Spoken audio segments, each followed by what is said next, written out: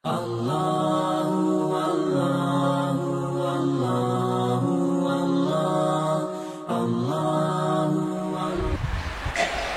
Ibu yang saya muliakan, lanjutan pengajian tafsir kita pada bulan yang lalu, kita sudah sampai membahas surah An-Nisa ayat 140. Insyaallah pada kesempatan subuh hari ini kita akan membahas lanjutan surah An-Nisa ayat 141 dan seterusnya.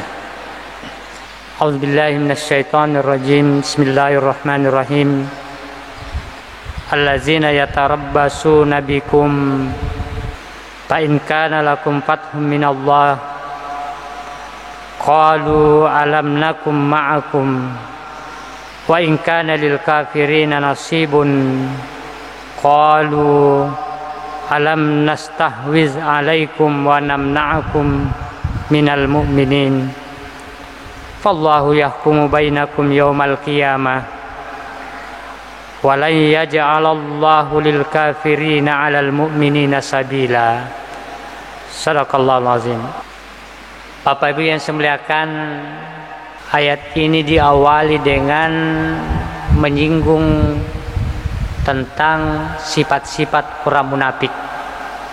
Sebagaimana pembahasan kita pada bulan yang lalu, yaitu tentang bagaimana sifatnya orang munafik. Makanya pada ayat ini masih dilanjutkan tentang sifat-sifatnya orang munafik, yaitu allazina yatarabbasuna bikum. Allazina dalam kaidah bahasa Arab adalah isim mausul, kata sambung yang bermakna adalah orang-orang kafir. Jadi masih ada kaitannya dengan pembahasan yang lalu, bahwa orang-orang kafir itu ketika terjadi peperangan, bahwa orang-orang munafik itu ketika terjadi peperangan, maka kita tidak tahu apakah dia kawan atau lawan. Makanya dikatakan pada ayat ini allazina yatarabbasuna bikum, bahwa orang-orang munafik itu selalu menunggu-nunggu kamu, wahai orang-orang mukmin. Apakah kamu menang ataukah kamu kalah? Fa in kana lakum fathun minallah, kalau Allah membukakan pintu kemenangan bagi orang-orang mukmin, Bapak Ibu yang saya muliakan, pintu kemenangan bagi orang-orang mukmin, qalu alam nakum ma'akum. Orang munafik itu berkata, bukankah kami bersama dengan kamu berjuang?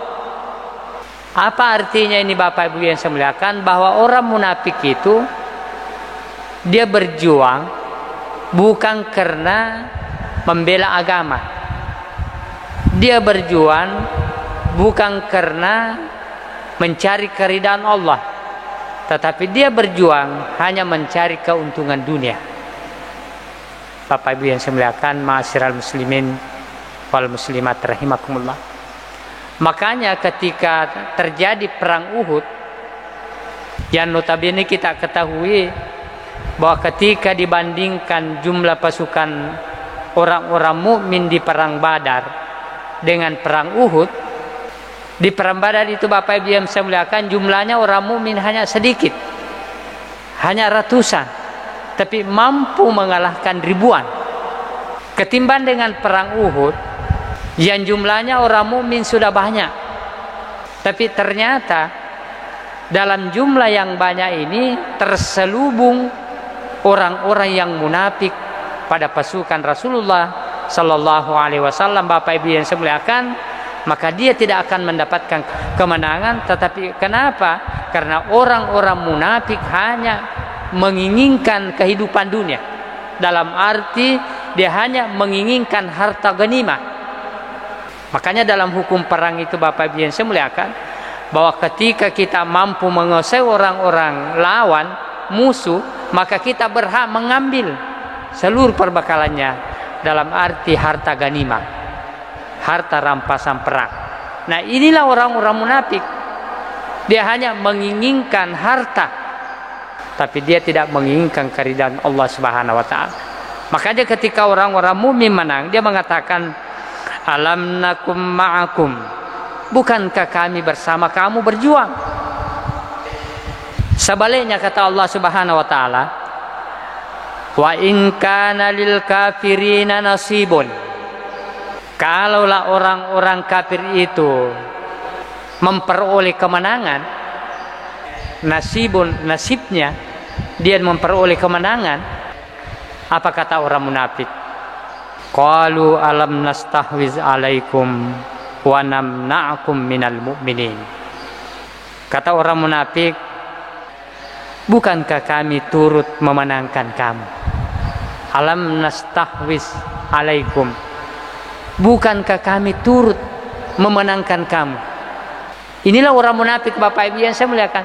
Jadi dia menunggu kedua pasukan ini, apakah orang mukmin menang atau orang kafir menang. Kalau orang mukmin menang, dia mengatakan kami bersama kamu. Tapi kalau orang kafir menang, dia mengatakan alam nastahwiz alaikum, bukankah kami turut memenangkan juga kamu?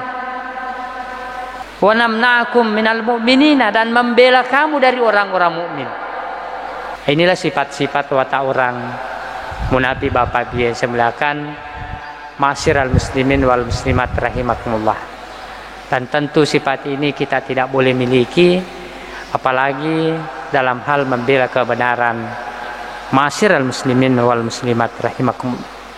Maka Allah menjawab, wallahu yahkumu bainakum yaumal qiyamah. Maka Allah akan memutuskan persoalan ini di antara kamu pada hari kiamat. Pasti Allah tahu siapakah orang yang berjuang betul-betul dengan keridhaan Allah Subhanahu wa taala, berjuang ingin memperjuangkan agama Allah Subhanahu wa taala, dan siapakah orang yang berjuang hanya ingin mendapatkan keuntungan dunia. Wallahu yahkumu bainakum yaumal qiyamah. Maka Allah akan memutuskan di antara kalian pada hari kemudian. Lalu Allah menutup ayat ini dengan mengatakan, wala yaj'alallahu lil kafirina 'alal mu'minina sabila. Dan Allah tidak akan menjadikan orang-orang kafir membinasakan orang-orang mukmin. Makanya Bapak Ibu yang saya muliakan, sepanjang dunia ini berjalan berputar, kebenaran dengan kebatilan selalu seiring. Kebenaran dengan kebatilan selalu berdampingan. Tapi ingat Bapak Ibu yang saya muliakan, ini adalah bentuk ujian kita. Tapi ketahuilah bahwa pada akhir perjalanan dunia ini, maka kebenaranlah yang akan tampil ke depan. Jadi sepanjang dunia berputar ini, kebenaran dan kebatilan selalu seiring. Tetapi ingat, di akhir perjalanan dunia ini, maka yang tampil adalah kebenaran, bukan kebatilan. Karena Allah ingin melihat siapakah hamba-hambanya yang betul-betul berjuang. Kalau di ayat lain dikatakan, ayyukum ahsanu amala, siapakah yang terbaik amalnya. Bapak Ibu yang saya muliakan, ma'asyiral muslimin wal muslimat rahimakumullah. Wala yaj'alallahu lil kafirin 'alal mu'minina sabila. Dan ingat, bagaimanapun kekalahan orang mukmin, bagaimanapun penderitaan orang mukmin, maka Allah tidak akan membiarkan orang-orang kafir membinasakan orang-orang mukmin. Dalam persoalan ini Bapak Ibu yang saya muliakan, wala yaj'alallahu lil kafirina lal mu'minina sabila, ada 3 interpretasi. Kalau kita lihat keadaan sekarang, lalu bagaimana kita lihat kalau orang-orang mukmin dibinasakan? Ya dulu misalnya bagaimana ke Baghdad, Bapak Ibu yang saya muliakan, dengan peradabannya yang sudah dihancurkan. Lalu bagaimana Khalifah Utsmaniyah yang peradabannya sudah maju dihancurkan juga. Apa kaitannya dengan ayat ini Allah tidak akan membinasakan? orang-orang mukmin melalui dengan tangan-tangan orang-orang kafir. Ternyata Bapak Ibu yang saya muliakan, dalam satu riwayat seorang sahabat Ali bin Abi Thalib berkata, Yusa al-Hadrami namanya, qala kuntu inda Ali bin Abi Thalib radhiyallahu anhu. Satu ketika aku pernah bersama dengan Ali radhiyallahu anhu. Faqala lahu rajulun ya Amirul Mukminin. Ada seorang laki-laki yang bertanya kepada Ali bin Abi Thalib, ya Amirul Mukminin, wahai Amirul Mukminin, ara'aita, bagaimana pendapatmu? Qauluhu ta'ala walan yaj'alallahu lil kafirina 'alal mu'minina sabila. Ya Amirul Mukminin, bagaimana pendapatmu tentang ayat ini? Bahwa Allah tidak akan membinasakan orang-orang mukmin melalui dengan tangan-tangan orang kafir. Sementara kita lihat sekarang kehancuran orang-orang mukmin. Kata Imam Ali bahwa makna ayat itu adalah zalika yaumul qiyamah. Nanti pada hari kiamat betul memang bisa jadi orang-orang mukmin dibinasakan di dunia ini, tetapi dia mendapatkan pahala yang besar. Maka Allah akan membalas pada hari kemudian. Makanya kita lihat Bapak Ibu yang saya muliakan, bagaimana saudara-saudara kita di Palestina syuhada yang dibantai oleh orang-orang Yahudi, kelihatannya kita sangat menyedihkan, sangat memilukan. Anak-anak dibantai, perempuan dibantai, orang-orang tua dibantai tanpa mengenal umur. Tapi sesungguhnya mereka itu bergembira Bapak Ibu yang saya muliakan.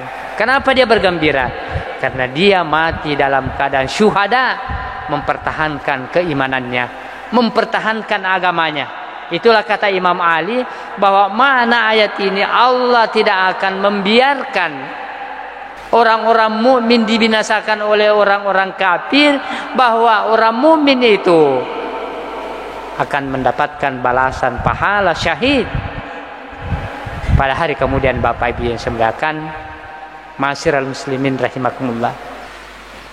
Kemudian yang kedua, interpretasi yang kedua, Allah tidak akan membiarkan orang-orang kafir membinasakan orang-orang mukmin, bahwa innallaha la yaj'alu lahum sabilan yamhu bihi daulatal mu'minin, bahwa sesungguhnya Allah tidak akan menjadikan orang-orang mukmin itu binasa dalam arti hancur kedaulatan negaranya. Kita lihat Bapak Ibu yang saya muliakan, bisa jadi hancur Baghdad lalu muncul Khalifah Utsmani. Bisa jadi hancur Khalifah Utsmani, muncul kerajaan-kerajaan muslim. Itulah yang dimaksud bahwa Allah tidak akan membiarkan membinasakan orang-orang mukmin melalui dengan tangan-tangan orang kafir. Bisa jadi suatu daerah dihancurkan, tetapi di daerah lain, daerah muslim yang lain akan terbangun. Bisa jadi Daulah Utsmaniyah hancur, tapi waktu itu Spanyol bangkit.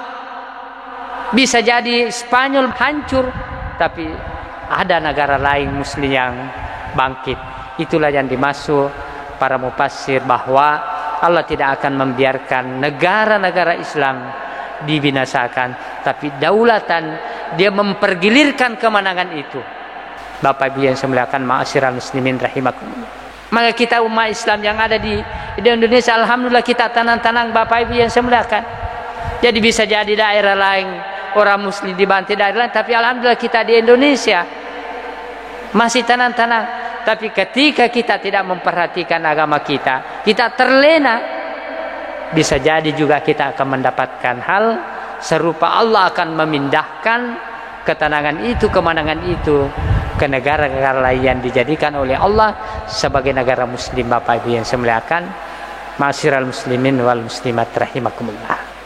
Kemudian yang ketiga, la yusallitu alaihim aduhum faistabihuhum illa iza kana ma'hum ahlaka ba'duhum ba'da.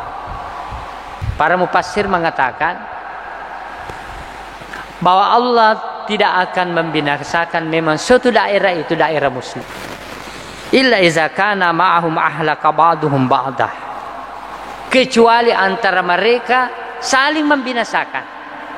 Jadi Allah tidak akan membinasakan daerah-daerah muslim kecuali antara mereka saling membinasakan.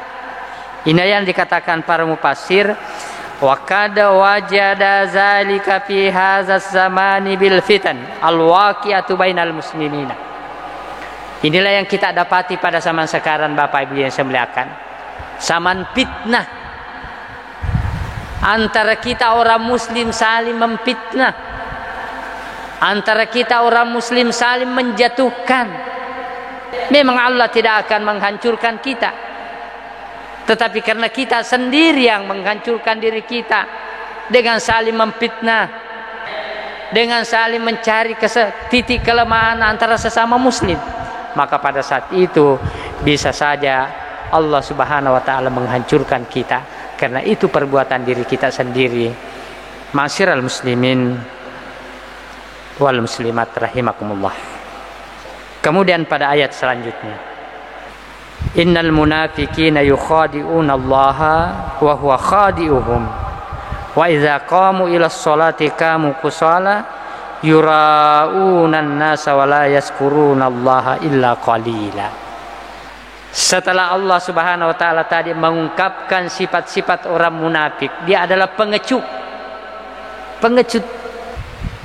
Hanya ingin menang saja, melihat di mana menang, lalu disitulah dia. Pada ayat selanjutnya Allah mengungkapkan sifat-sifatnya orang munafik dalam kaitannya dengan ibadah. Innal munafiqina, bahwa sesungguhnya orang munafik, kata Allah Subhanahu wa taala, yukhadi'una Allah, dia berusaha mengelabui Allah, menipu Allah. Wa huwa khadi'uhum, pada sesungguhnya dia menipu dirinya sendiri. Saya masih ingat Bapak Ibu yang saya muliakan, ada suatu cerita, ada saudara kita, dia mau pergi sholat Jumat. Dia sudah mandi, sudah pakaian, pakai songkok, bawa sejadah, dia berjalan ke masjid. Tapi sampai di tengah jalan dia balik. Dia katakan, "Ubalikum Allah Ta'ala, di kita unelo mak Jumat." Seperti inilah yang dimaksud. Yukhadi'una Allah, dia menipu Allah, pada sesungguhnya wa huwa khadi'uhum, sesungguhnya dia menipu dirinya sendiri. Bahwa kalau kau pergi sholat Jumat, kalau kau pergi pengajian, kalau kau membaca Al-Quran, itu untuk kamu, bukan untuk Allah. Kamu menyembah Allah atau tidak menyembah Allah, kemuliaan Allah tidak akan berkurang. Makanya Allah mengatakan wa huwa khadi'uhum, sesungguhnya dia menipu dirinya sendiri. Dia tidak menipu Allah dan orang-orang mukmin.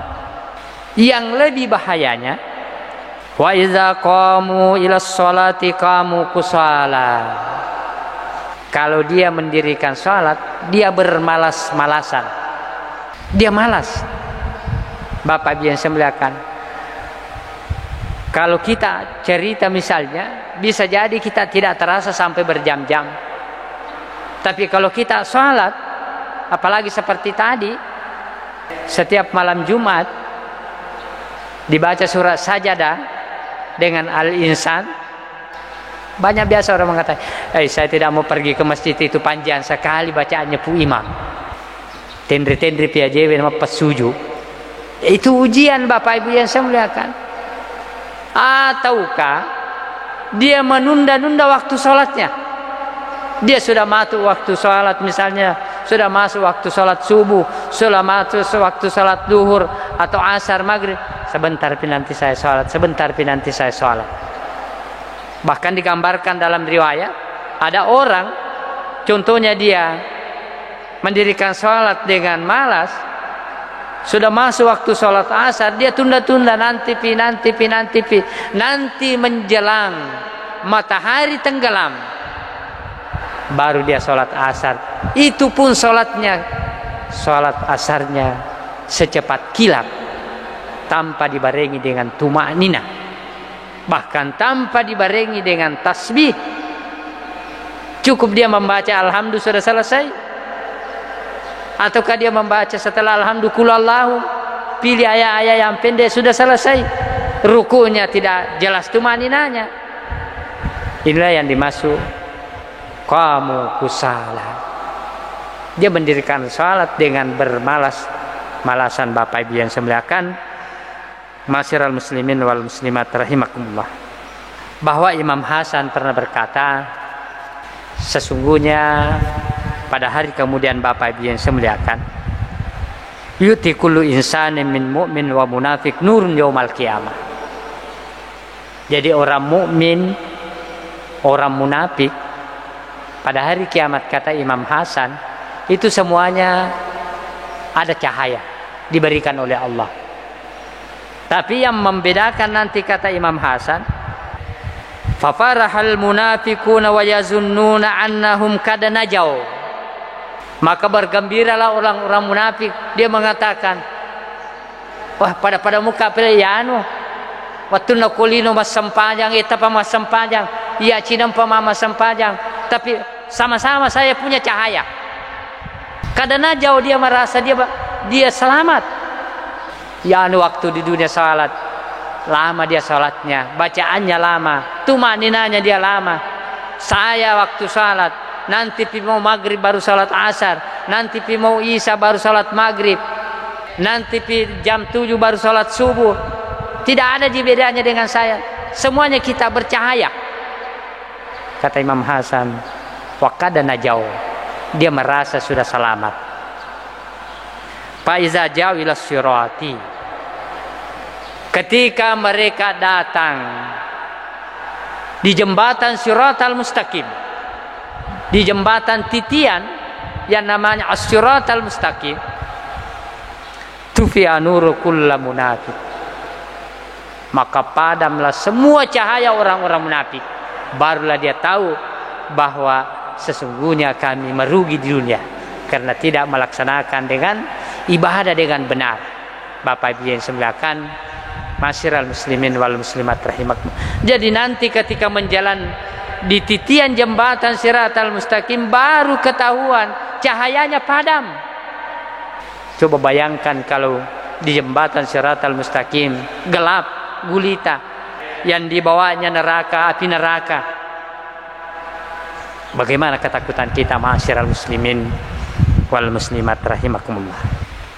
Kemudian selanjutnya, orang munafik dalam beribadah yuraunan nas, ingin dilihat oleh manusia. Jadi kalau dia tampil salat sendirian, dia kayaknya sepintas lalu. Tapi kalau dia tampil salat banyak orang yang lihat, disinilah ujian kita. Oh, sangat khusyuk kalau dia salat berjamaah, dia sangat khusyuk. Tapi ketika dia salat di rumahnya, dia hanya sepintas lalu. Makanya Bapak Ibu yang saya muliakan, cukuplah tahun kemarin kita sudah diuji oleh Allah Subhanahu wa taala. Adanya kita salat tarawih tahun kemarin di rumah, itu sesungguhnya bagian daripada ujian Allah Subhanahu wa taala. Samakah salat tarawih kita di masjid ketika kita salat tarawih di rumah? Samakah tumaninanya kita salat berjamaah di masjid ketika kita salat sunat, salat tahajud, salat tarawih dan lain sebagainya di rumah? Jangan-jangan salatnya baik kalau di masjid mau dilihat orang, tapi kalau di rumah tidak ada tumakninanya. Inilah cukuplah ujian kita tahun kemarin Bapak Ibu yang semuliakan. Insyaallah mudah-mudahan tahun ini kita akan kembali salat tarawih di masjid dengan penuh khusyuk. Insyaallah Bapak Ibu yang semuliakan, masyiral muslimin wal muslimat rahimakumullah. Kemudian yang ketiga, model ibadahnya orang munafik, kata Allah Subhanahu wa taala, wala yazkurunallaha illa qalila. Bahwa dia berzikir kepada Allah Subhanahu wa taala, dia hanya sedikit zikirnya. Sedikit zikirnya. Bapak Ibu yang saya muliakan. Makanya meskipun Bapak Ibu yang saya muliakan, mohon maaf, ketika kita sudah salat berjamaah, meskipun ada perbedaan di kalangan ulama tentang doa bersama, Tetapi menyangkut zikir ketika kita sudah salat, itu ada tuntunannya baginda Rasulullah sallallahu alaihi wasallam. Jangan sampai kita ketika habis assalamualaikum langsung lompat lari. Padahal ada tuntunan zikir yang diberikan oleh baginda Rasulullah sallallahu alaihi wasallam. Meskipun dalam kaitannya dengan doa berjamaah itu terjadi perbedaan di kalangan ulama, tapi mengenai zikir setelah salat itu ada tuntunannya sendiri Bapak Ibu yang saya muliakan, bahwa kita harus bertasbih subhanallah 33 kali, alhamdulillah, Allahu akbar, dan seterusnya Bapak Ibu yang saya muliakan. Tapi jangan sampai ketika kita selesai assalamualaikum langsung kita lompat lari. Kayaknya kehidupan dunia yang mengejar kita daripada kehidupan akhirat. Bapak Ibu yang saya muliakan, masyiral muslimin wal muslimat rahimakumullah. Terakhir Bapak Ibu yang saya muliakan, musabasabina baina zalika la ilaha ula wa la ilaha ula wa may yudlillahu falan tajida lahu sabila. Bahwa orang munafik itu kata Allah musabasabina baina zalik, plimplang. Yang namanya musabasabina Pak Bu, plimplang. Dia mau ke sini, tidak ada haranya. Dia tidak beriman dan dia juga tidak kafir. Makanya dikatakan muzabasabaina zalika. Orang munafik itu sifatnya plimplang, tidak ada arahnya yang jelas. La ilaha ulai wa la ilaha ula. Dia tidak beriman dan dia juga tidak kafir. Wa may yudlilillahu falan tajida lahu sabila. Maka barang siapa yang disesatkan oleh Allah, maka ketahuilah falan tajida lahu sabila, maka dia tidak akan mendapatkan jalan hidayah dari Allah Subhanahu wa taala. Masyiral muslimin wal muslimat rahimakum. Saya kira Bapak Ibu yang saya muliakan, demikian pelajaran kita pada subuh hari ini. 3 ayat yang kita pelajari.